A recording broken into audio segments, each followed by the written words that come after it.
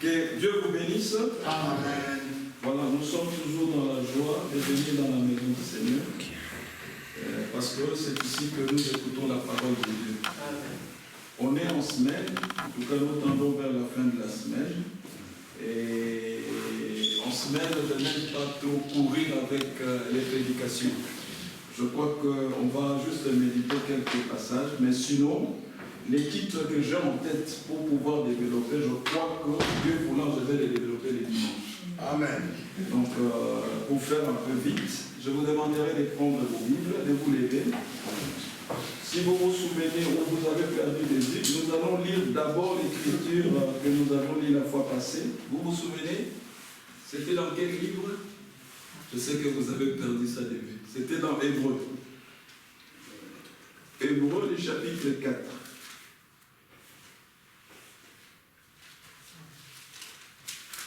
Hébreu 4. Quelqu'un connaît les versets qu'on avait lus? Verset 12. 12 à 13. Donc je rappelle, on va les faire tout doucement. Hébreu, chapitre 4, versets 12 à 13. Nous lirons ces deux versets-là. Et puis par après, nous irons dans Jean 5. Mais commençons d'abord par Hébreu. Vous y êtes? Oui. Hébreu 12 à 13. Lisons-les au nom du Seigneur Jésus-Christ. Car la parole de Dieu est vivante et efficace, plus tranchante qu'une épée quelconque à deux tranchants, pénétrante jusqu'à partager âme et esprit, jointure et moelle. Elle juge les sentiments et les pensées du cœur. Nulle créature n'est cachée devant lui, mais tout est devenu et à découvert aux yeux de celui à qui nous devons rendre compte. Amen. Amen. Alors maintenant, nous allons, avant que je vous demande de vous asseoir, allons dans Jean 5. Jean 5. Non, restez debout. Restez debout. Jean 5, versets 39 à 40. Ça va? Oui. Tout le monde est là? Oui. Ok, nous pouvons les lire aussi. Vous sondez les Écritures parce que vous pensez avoir en elles la vie éternelle. Ce sont elles qui rendent témoignage de moi. Et vous ne voulez pas venir à moi pour avoir la vie. Amen. Amen. Asseyez-vous, que Dieu vous bénisse.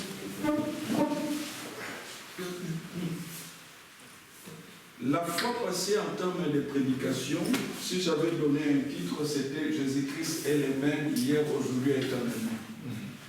Et j'ai essayé à ma manière de développer ces sujets-là. Je reste un peu dans ces cadres-là, c'est-à-dire dans les temps dans lesquels nous vivons. C'est un temps de confusion. Même les chrétiens, que vous soyez du message ou bien dans les dénominations, beaucoup sont désorientés. Surtout, on nous bombarde plein de prédications, de vidéos sur Internet. Alors, des questions tournoient dans notre tête. Mais nous ne sommes pas les premiers à avoir des questions lorsque nous méditons sur Jésus-Christ, sur la parole de Dieu, ou même sur notre existence ici sur terre. Je dirais, c'est habituel pour les hommes de se poser des questions. Mais lorsque nous nous posons des questions, je crois que Jésus donne une réponse capitale. Et cette réponse, je l'ai trouvée dans les derniers versets que nous avions lus, c'est-à-dire Jean 5, 39, 40. Il dit ceci: vous sondez les Écritures.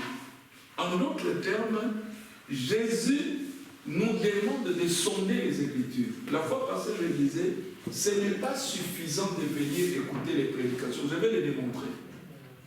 Parce que quand on écoute les prédications, vous recevez un certain nombre de réponses. Mais vous retournez chez vous avec d'autres questions. Est-ce que je dis la vérité? Oui. Alors pour ces questions-là, Dieu donne un autre moyen. Méditez vous-même la parole à la maison. Pourquoi j'insiste là-dessus?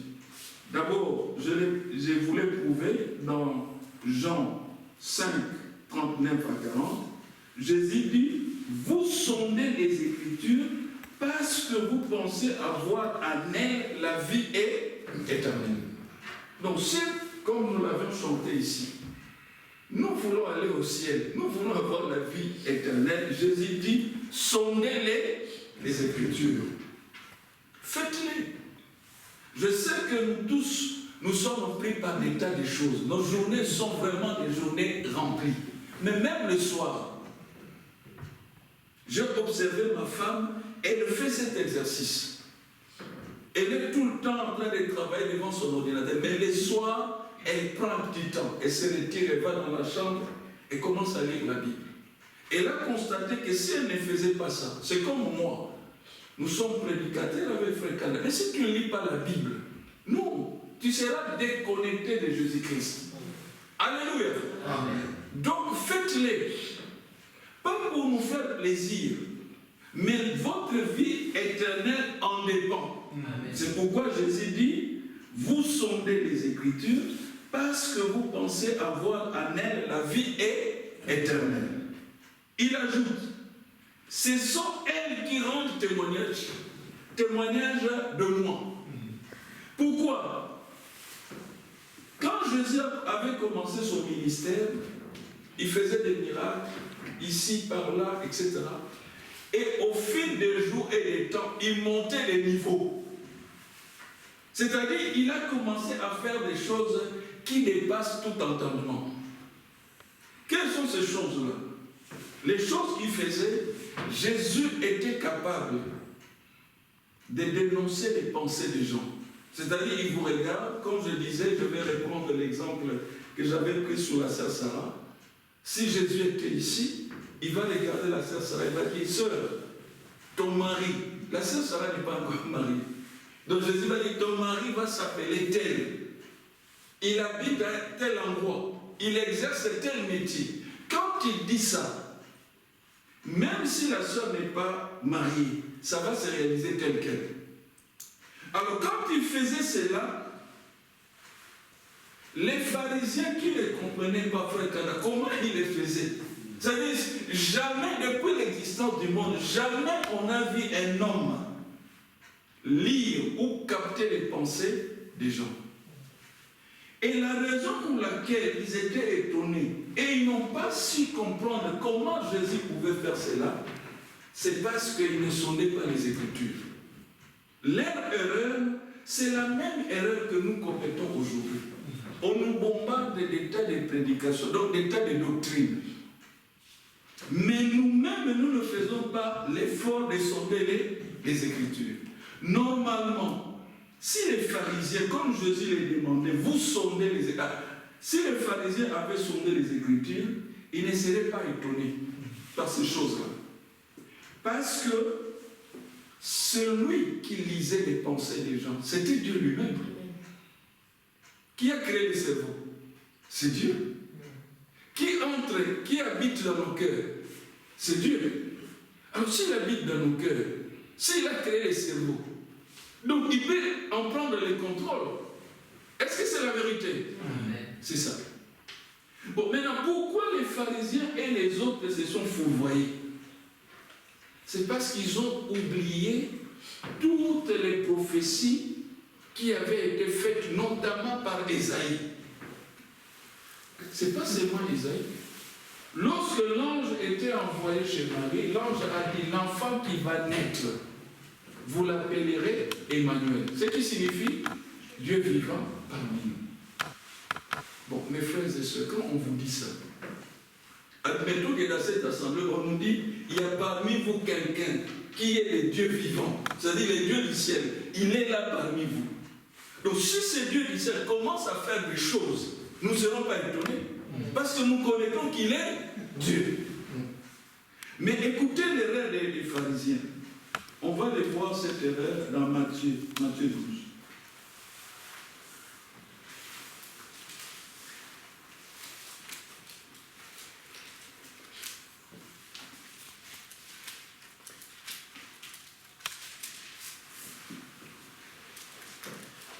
restez assis, on va les lire comme ça. Je vais prendre, comme je l'ai fait la fois passée, des versets par-ci, par-là, mais vous allez comprendre très bien de quoi il s'agit. Matthieu 12, 22, lisons ensemble. Allons-y. Alors, on lui amena un démoniaque aveugle et muet, et il est guéri, de sorte que les muets parlaient et voyaient. Continuons. Toute la foule étonnée disait, n'est-ce point là les fils de David? Vous voyez d'abord leur erreur. Donc, eux, ils ont regardé, oh, mais c'est les fils de David. Ça, ils reconnaissaient. Continuons la suite. Les pharisiens ayant entendu cela dire, écoutez, qu'est-ce qu'ils ont dit? Cet homme ne chasse les démons que par Belzéboul. Continuons. Belzéboul, prince des démons. Bon, mes frères et sœurs, vous voyez leur erreur gravissime. Traiter Dieu de chasser les démons par Satan. Mais c'est vraiment insensé. Quel aveuglement. Vous voyez? Comme ils n'ont pas si identifié Jésus-Christ, c'est ce qui se passe. Quand Jésus-Christ envoie ses dons, parce qu'il les envoie, quand il veut, comme il veut, chez qui il veut, il ne fait pas exception de personne. Nous pouvons être là, démunis de tout don. Il nous observe. Mais à un moment donné, si nous sommes persévérants, il va envoyer. Nous avons expliqué la fois passée qu'il faut en avoir soif. Amen. Il ne faut pas considérer ces dons comme inaccessibles. Non. La fois passée, nous l'avions démontré. En tout cas, tous ceux qui ont reçu des dons précédemment, avant nous, je crois qu'ils étaient mal placés comparativement à nous. Je vais donner des exemples. Frère Branham, il vient de la famille d'un père soulard. Ce n'est pas pour me moquer de lui, c'est lui-même qui en parle. Donc, son père qui était soulard, sa maman qui ne connaissait pas Dieu, mais Dieu a choisi Frère Branham. Tandis que nous, en général, nous sommes nés dans des familles chrétiennes. Papa, maman vont à l'église. Parfois, ils ne boivent pas Frère Branham. Donc, nous sommes mieux placés. Vous voyez? C'est pourquoi nous devons aspirer à ces choses. N'écoutez pas les gens qui disent non, c'est inaccessible, c'est pour Frère Branham. C'est faux. Jésus les donne à qui il veut, comme il veut. Mais nous avions dit aussi, si on vous dit qu'il y aura dans notre génération quelqu'un qui va faire un ministère équivalent à Frère Branham, c'est faux aussi. Il n'en aura pas.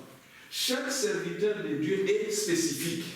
Je vais donner l'exemple de Frère Khan. Je ne le souhaite pas. Mais si Frère Khan a disparu, il n'y aura pas un deuxième Frère Khan.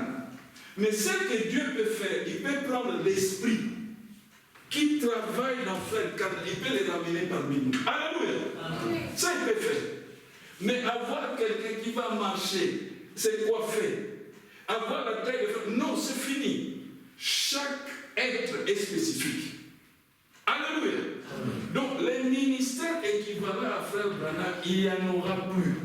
Mais que Dieu fasse revenir l'esprit des frères Branham, ça il peut faire, à tout moment. Est-ce que vous croyez cela? Amen. La Bible nous l'éprouve. Il avait pris l'esprit d'Élie, il l'a mis en double portion dans Élisée. Est-ce que je dis la vérité? On va lire un texte pour l'éprouver encore. On va lire Nombre 11. Mais pourquoi nous parlons de ces choses? Nous voulons préparer l'Église, les frères et sœurs, à avoir soif de ces choses.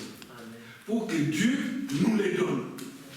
Nous avions vu, nous avions lu un verset, je crois dans Matthieu 5. On dit heureux ceux qui ont soif de la justice parce qu'ils seront rassasiés. Donc c'est à notre portée. Alléluia. Amen. Aspirez à cela. Nombre 11.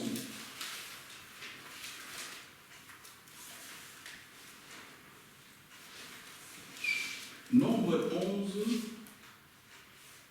Attendez, 24.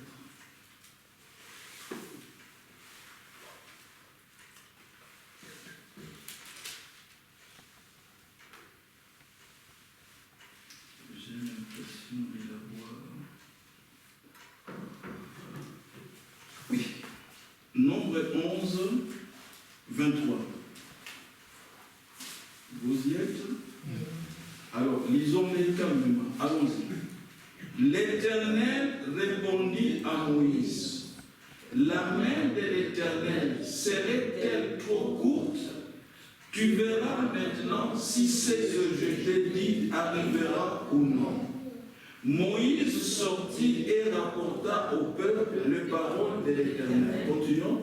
Il assembla 70 hommes des anciens du peuple et les plaça autour de la tente. Écoutez, l'Éternel descendit dans la nuée et parla à Moïse.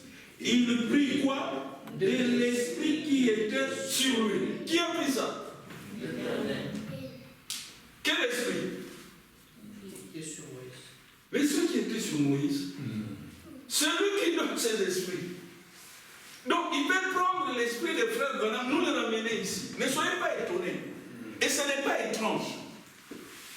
Il y a quelque chose que frère Branham nous a enseigné. Il dit si Dieu fait une chose une fois, ça signifie qu'il peut le répéter éternellement. Amen. Quand il le voudra. Et il ne va plus changer. C'est-à-dire comme ici, on a lu ce passage pour démontrer qu'il a pris l'esprit de Moïse. Moïse est vivant, il prend son esprit. Donc il va les donner à 70 personnes, 70. Il les donne. Et il les fait instantanément. Il ne s'agit pas qu'on vienne vous imposer les mains. Non, c'est l'Éternel qui donne. C'est-à-dire, frère Luc, je ne l'ai jamais vu prêcher. Mais du jour au lendemain, Dieu peut venir chez frère Luc. Il donne les dons de la prédication. Ne lui demandez pas d'aller faire l'école de théologie. Ça, ce n'est pas les moyens de Dieu. S'il les donne, aussitôt qu'il aura, il peut commencer à prêcher. Est-ce que vous comprenez? Amen. Vous devez comprendre comment Dieu opère. C'est pourquoi nous devons sonder les Écritures. Ça ne doit pas nous étonner. Si vous ne connaissez pas ça, vous allez demander à mon frère, il faudra que tu fasses l'école de théologie. Non! Lorsqu'il avait rencontré Solédas, il ne lui a pas demandé d'aller faire la théologie, non? Solédas s'est retiré dans le désert d'Arabie pendant 3 ans. Il a fait ses expériences avec Dieu. Quand il est sorti, il a commencé à prêcher. Et puis lui-même a eu l'idée d'aller rencontrer les apôtres, les autres, c'est-à-dire les Pierre, etc. Et les Pierre lui ont dit, bon, prêche un peu, on va attendre. Oh, il dit, mais c'est incroyable. Tu prêches les mêmes choses que nous. Amen. Alléluia. Amen. Pourquoi? Mais parce que Christ lui avait donné cet esprit. Est-ce que vous comprenez? Nous devons aspirer à ces choses. Maintenant, continuons la lecture. On est à verset 25. L'Éternel descendit dans la nuée et parla à Moïse. Il prit de l'esprit qui était sur lui et le mit sur les 70 anciens. Écoutez la suite. Et dès que l'esprit reposa sur eux, ils prophétisèrent, mais ils ne continuèrent pas. C'est-à-dire, si Dieu veut utiliser, mettons frère lui, que je n'ai jamais vu prêcher ici, il peut procéder de deux manières. Il peut prendre le frère lui et lui donne l'esprit de la prédication. Alors, frère Luc peut se lever, commencer à prêcher. Il va prêcher exactement comme nous, comme si il était un ancien. Ce n'est pas le frère Luc, c'est le Saint-Esprit en lui qui va prêcher. Alléluia. Amen. Bon, maintenant, ici, Dieu a limité le temps. Il a donné à ces gens-là, les 70-là, il leur a donné seulement de prophétiser un jour, je crois. Ils prophétisèrent, mais ils ne continuaient pas. Bon, la Bible ne dit pas un jour, mais ils ne continuaient pas. C'est-à-dire, ils ont prophétisé à un moment, et puis Dieu leur a retiré cet esprit. Tout comme il peut te donner l'esprit continuellement. Est-ce que vous comprenez? C'est lui qui le fait. Mais vous devez en avoir soif. Alléluia. Bon, continuons la suite. Moïse, pardon. Mais il ne continue pas. Verset 26. Il y eut des hommes, l'un appelé Eldad et l'autre Médad, qui étaient restés dans les camps, et sur lesquels l'esprit reposa, car ils étaient parmi les inscrits, quoiqu'ils ne fussent point aller à la tente, et ils prophétisèrent dans les camps. Est-ce que vous comprenez? C'est-à-dire, parmi les 70, il y avait 2 qui n'étaient pas à l'endroit où les autres là se trouvaient en groupe. Eux, ils ont commencé à prophétiser. Mais Dieu est allé rattraper encore les 2 là. Parce que leur nom figurait sur la liste des 70. Et là où ils se trouvaient, instantanément, ils se sont mis aussi à prophétiser. Nous avions pris ces écritures pour démontrer que Dieu peut vous donner n'importe quel don instantanément. Il n'a pas besoin que quelqu'un vous impose les mains. Non. Même frère Branham, quand il parlait de premier signe, personne n'est allé imposer les mains à frère Branham. Comment il a reçu les premiers signes? Lui-même explique, il dit, il avait rencontré l'ange. L'ange lui a dit, tu prendras les gens par la main. Dès que tu vas prendre par la main, ta propre main va vibrer. Bon, maintenant, nous, on se salue ici. Comme nous n'avions pas ces dons-là, mais non, notre main ne peut pas vibrer. Parce que Dieu ne nous l'a pas donné. Nous verrons peut-être un jour plus tard une autre prédication des frères Branham intitulée « Dieu rend témoignage à ses propres dons ». C'est-à-dire, si Dieu vous donne un don, c'est lui-même qui va témoigner pour ces dons-là. Comment il va témoigner? En vous faisant faire des miracles et des prodiges. Maintenant, s'il ne vous l'a pas donné, il ne pourra pas témoigner pour votre don. Parce que les gens imitent. Les gens parfois fabriquent. Ils n'en ont pas, mais ils veulent copier. Quand frère Branham a commencé à prier pour les malades en les tenant par la main, beaucoup d'autres prédicateurs ont commencé aussi à tenir par la main et à inventer des choses inutiles. Ça ne fonctionnait pas. Mais pour frère Branham, comme c'est Dieu qui lui a donné, alors Dieu témoignait pour ces dons-là. Quand lui tenait par la main, ça vibrait. Et quand ça vibrait, l'ange lui disait, il a telle maladie. Frère Branham ne faisait que répéter ce que l'ange disait. Alléluia. Amen. Nous devons comprendre comment les dons de Dieu opèrent. Parce que Dieu est disposé à nous les donner. Alléluia. Amen. Continue. Maintenant, et dès que l'Esprit reposa sur eux, ils prophétisèrent, mais ils ne continuèrent pas. Il y eut 2 hommes, l'un appelé Eldad et l'autre Médad, qui étaient restés dans les camps et sur lesquels l'Esprit reposa. Car ils étaient parmi les inscrits, quoiqu'ils ne fussent point allés à la tente. Ils prophétisèrent dans les camps. Écoutez maintenant. Un jeune garçon courut l'annoncer à Moïse et dit, Eldad et Médad prophétisent dans les camps.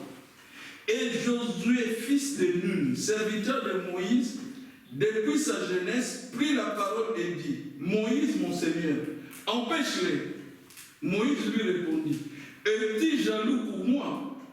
Puissent tous les peuples de l'Éternel être composés de prophètes, et veille l'Éternel mettre son esprit sur eux. Et Moïse se retira au camp, lui et les anciens d'Israël. Amen. Amen. Vous avez compris ce qui s'est passé avec Josué? C'est de la jalousie. Quand Dieu vous donne un don, ce qui est étonnant, vous verrez certaines personnes vont vous suspecter. Ils ne vont pas collaborer avec vous. Ils seront jaloux de votre don. C'est ce qui se passe. Ça ne se passe pas en dehors de l'église. Ici même, au sein de l'église, dans l'assemblée. Bon, maintenant la question est simple. Dans Jacques, il est dit, si quelqu'un manque de sagesse, mais qu'il la demande à Dieu. Vous connaissez ces passages-là? Oui. Lisons-les. Jacques 1, je crois. Ne soyez pas jaloux. Ah non, eux, ils sont privilégiés, on les laisse pécher, etc. Non, ces dons sont à la portée de tout le monde, pourvu que Dieu vous les donne. Et moi, je me rejoins à Moïse. Moïse a dit à Josué, ne sois pas jaloux de moi. Si Dieu veut faire de toute cette assemblée de prédicateurs, en tout cas, moi, je serai l'homme le plus heureux. Est-ce que vous comprenez? Ne soyez jamais jaloux du don que Dieu donnerait à quelqu'un. Non. Si vous voulez en obtenir, il faut le demander à Dieu. Bon, maintenant, ça dépend de Dieu. Il les donne à qui il veut, comme il veut. On va lire Jacques, je n'ai pas perdu ça la tête. Sœur Liliane m'a envoyé une vidéo. Et que Dieu bénisse la sœur Liliane. Dans la vidéo, on voit notre frère, les fils aînés de frère Branham, ses frères Billy Paul. Et quand j'ai regardé la vidéo, j'étais très content. Parce que dans mes méditations, ça tournait autour des dons de Jésus-Christ, mais autour des anges. Maintenant, quand nous lisons la Bible, je vous avais dit une fois, on m'avait invité dans une église, dans une assemblée. J'ai parlé des anges, les pasteurs étaient fâchés. Pourquoi? Mais lui, il est sceptique. Il ne croit pas que les anges existent. Mais dans la vidéo que la sœur Liliane m'avait envoyée, on montre Billy Paul. Billy Paul, qui est le fils aîné de frère Branham, a eu le privilège de voir l'ange de l'Éternel. Quand l'ange était venu visiter frère Branham a demandé poliment à l'ange, est-ce que tu peux accepter que mon fils, que je puisse le réveiller, parce que Billy Paul dormait, qu'il puisse te voir. L'ange de l'Éternel a dit, oui, je peux lui accorder cette faveur. Alors frère Branham est allé réveiller son fils. Il dit, je vais cacher ton visage. Il prend un oreiller, il cache. Il dit, tu vas regarder à la direction. Il est là. Bon, maintenant, même si ces anges sont ici, si Dieu ne vous ouvre pas les yeux, vous n'allez pas les voir. Maintenant, croyez qu'ils sont là. Parce que la Bible dit, l'ange de l'Éternel campe autour de ceux qui les craignent. Et il les arrache du danger. Vous devez les croire. Alors, dans la vidéo, le frère Billy Paul, il est vivant. Il dit, son père l'a amené, il a mis les coussins, l'oreiller, il lui a caché le visage, il dit, il est dans cette direction-là. Mais quand je vais enlever, regarde. Alors, quand il a regardé, j'ai écouté de la vidéo.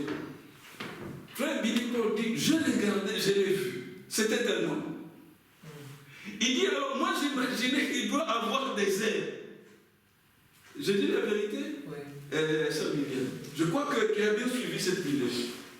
Frère Billy Paul dit, non, il n'en avait pas. C'était un homme, mais d'un certain taille. Alors frère Billy Paul dit, il avait les bras croisés.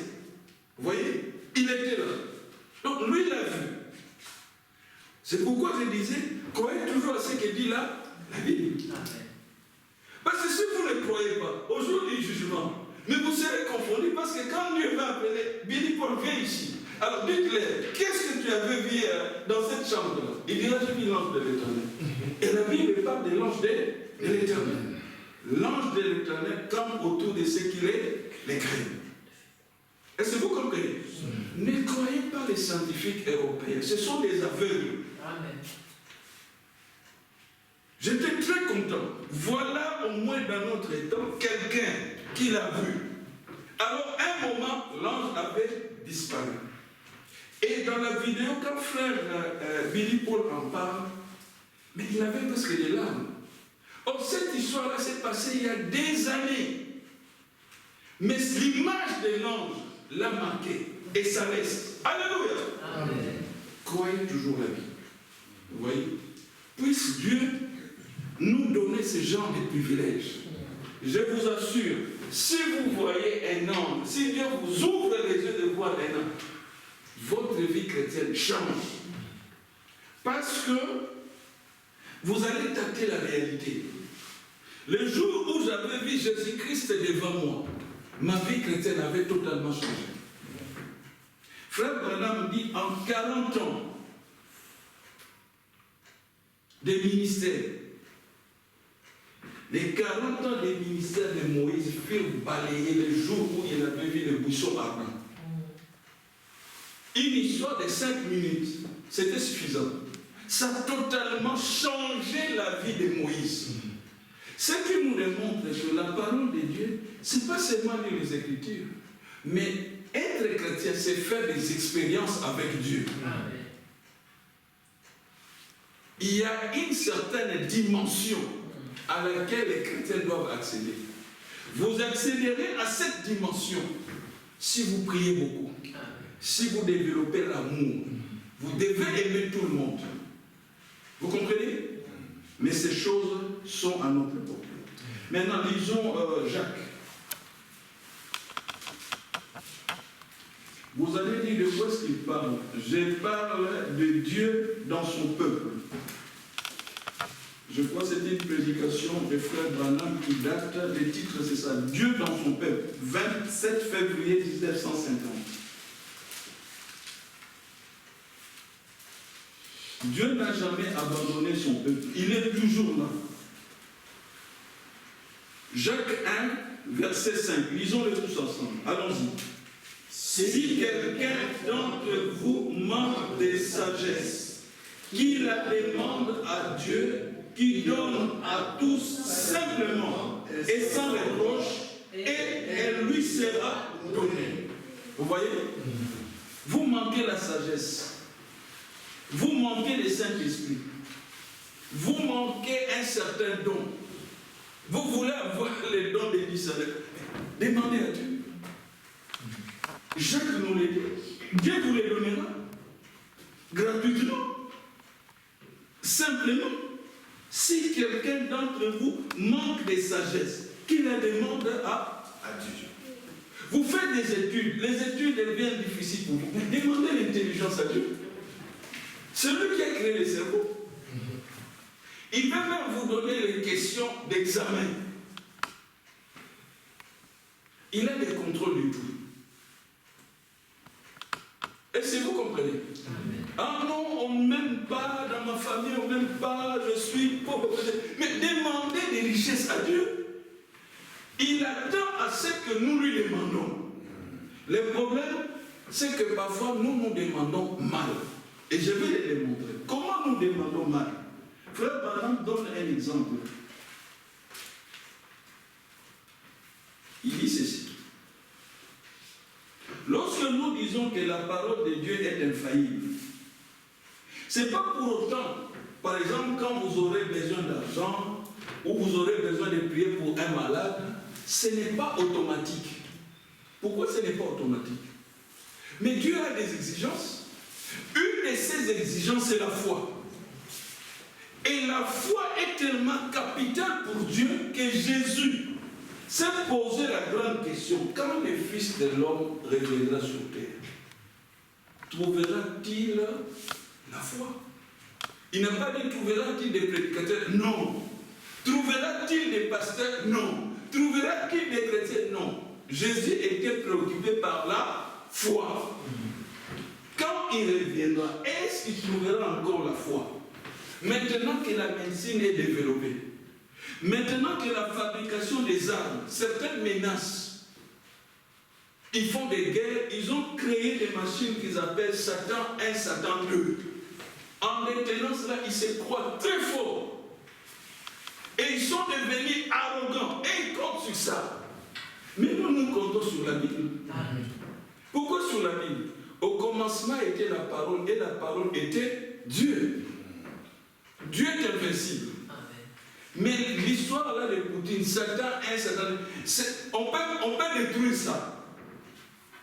Mais la parole de Dieu est infaillible et indestructible. Alléluia. Amen. Maintenant, je disais que il y a des conditions. Vous pouvez demander à Dieu, comme on l'a lu là, vous pouvez demander. Mais il y a des conditions. Une des conditions, c'est la foi. Pourquoi il n'y a pas beaucoup de miracles dans l'assemblée? Mais parce que les gens ne croient pas. Ne pensez pas que nous, on n'a pas la puissance. Non. Nous sommes des serviteurs de Dieu au même titre que Frère Branham. Nous l'avons démontré. C'est lui-même qui l'a dit. Il nous a dit, en Jésus-Christ, il n'y a pas de grand. Dès que vous voulez vous positionner comme grand, Dieu va vous faire descendre. Il n'aime pas ça. Le seul grand, c'est Jésus-Christ. Amen. Bon, maintenant, il nous a donné la même autorité. C'est-à-dire, si vous vous imaginez que pour que vous soyez guéri ou vous bénéficiez, il faut que Frère Branham soit ici, eh bien, vous n'aurez pas Frère Branham, parce qu'il est dans la tombe. Maintenant, ici, Dieu nous a placés ici. Vous devez nous faire confiance. Dieu contrôle nos vies. Nous menons une vie sanctifiée. nous sommes très très très prudents pour ne pas tomber dans les péchés. Parce que nous avions la responsabilité de vous apporter la parole de Dieu. Pas seulement vous apporter la parole de Dieu, mais de prier pour vous.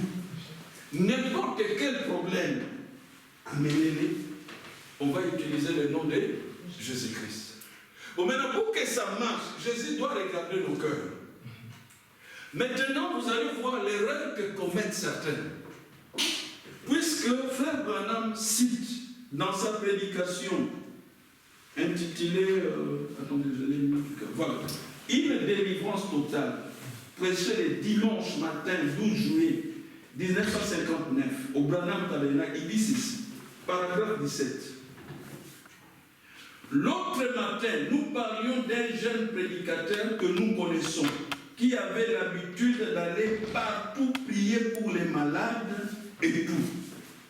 Et il est allé prier pour une personne à l'hôpital de Louisville. C'était un cas de tuberculose et cette dame est morte. Vous avez compris? Un jeune prédicateur. C'est l'erreur que beaucoup de chrétiens commettent. Il y a parfois des bien-aimés qui viennent me voir. Eux, ils ont confessé que Dieu leur a donné le don de guérison. Moi, je leur dis toujours, quand je regarde à moi-même, je n'ai pas ce don. Mais ce que moi je fais, quand je dois attaquer un problème, j'utilise seulement ma foi. Mais eux, ils m'ont convaincu, ils m'ont démontré qu'ils avaient le don de guérison. Alors je leur dis, très bien, si Dieu vous a donné ça, je n'ai rien à dire. Maintenant, utilisez-les pour la gloire de Dieu. Alors, parmi ces frères-là, un est venu me voir et dit, frère Jean-Claude, on m'avait appelé dans une famille belge pour le cas d'une dame qui avait un cancer. Je suis allé, j'ai prié, j'ai gêné, j'ai prié. Mais la dame est morte. Alors les frères étaient un peu choqués, découragés. Ne faites pas ça. Ne faites pas ça. Frère Branham va donner la solution. Écoutez. Donc, je disais, c'était un cas de tuberculose et cette dame est morte. Ce jeune homme a dit, c'est-à-dire le jeune prédicateur, écoutez ce qu'il a dit. Eh bien, il est inutile de... Dieu n'est pas... Il n'y a pas de Dieu. S'il y avait un Dieu, il tiendrait sa parole. Vous voyez? Ne faites pas ça. Ce n'est pas parce que vous avez payé pour être malade que le malade est décédé, alors il n'y a pas de Dieu. Mais non. N'avez-vous pas des témoignages où Dieu a guéri des milliers, des centaines, n'est-ce pas? Maintenant, où était le problème? Frère Branham, avec son œil d'aigle, les prophètes, il va pointer les problèmes. Il a dit, donc le jeune prédicateur, je les pointe exactement comme le dit la Bible. Mais tout ça c'est bien. Quelqu'un est malade, la Bible dit, prenez une bouteille d'huile, faites une onction d'huile, priez pour les malades et les malades seront guéris. Maintenant, vous allez déceler où était le problème. Donc, il a dit, les jeunes prédicateurs, je les pointe exactement comme le dit la Bible. S'il ne tient pas sa parole, il n'est pas Dieu. Il a dit, ce n'est qu'un livre. Donc la Bible, ce n'est qu'un livre. Pourquoi? Parce que lui, dans ses prières, il a échoué. Comme il le disait, comme il l'entendait. Paragraphe 18.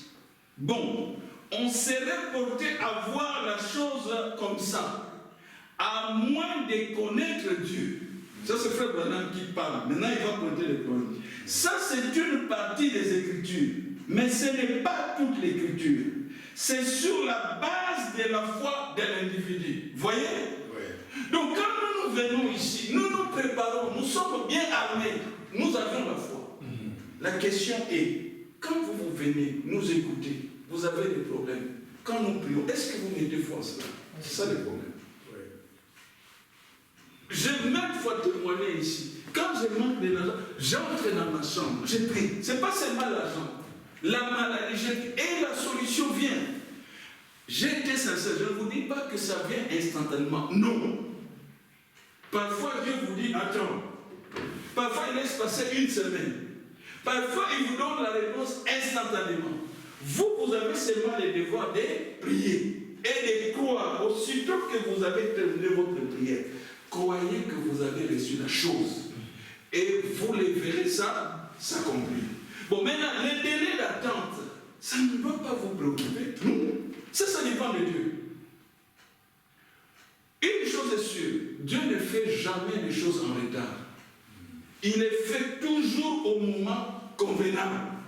Il y a même un cantique qui dit, ce que Dieu fait est parfait, mais en son temps. Je me rappelle quand je voulais me marier,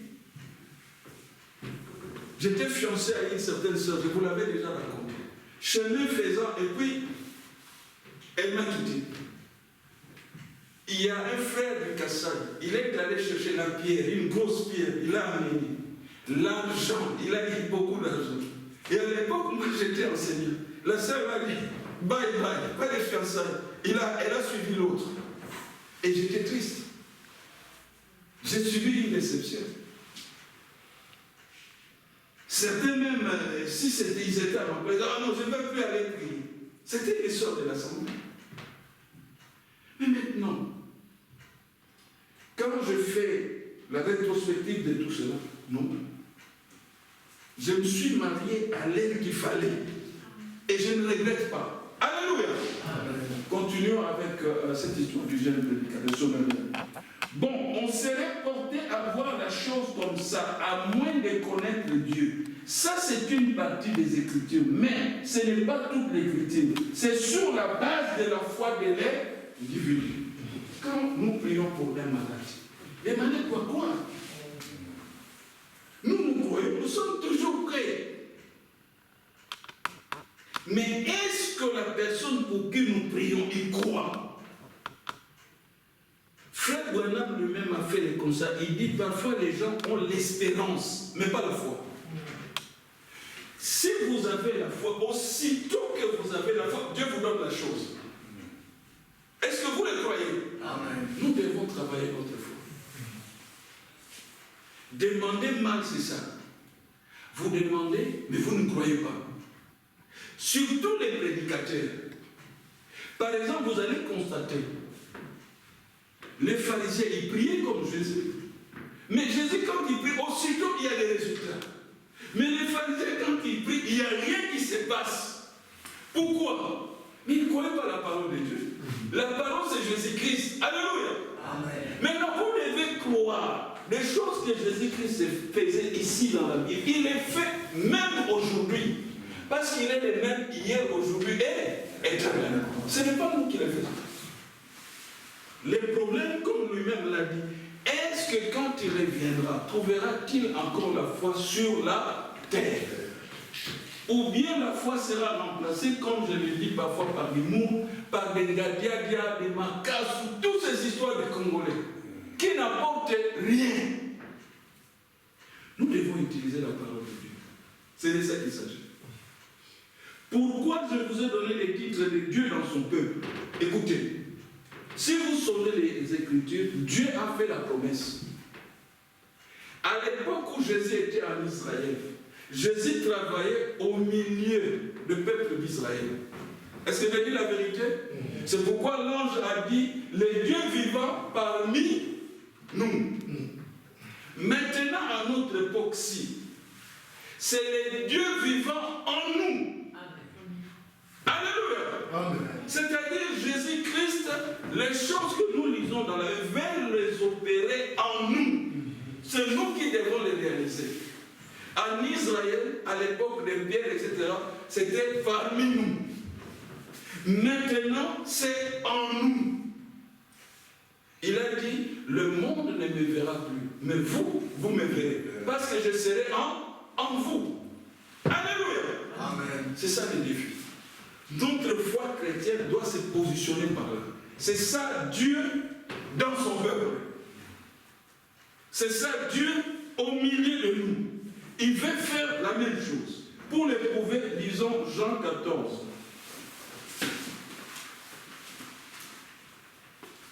Jean 14, 12.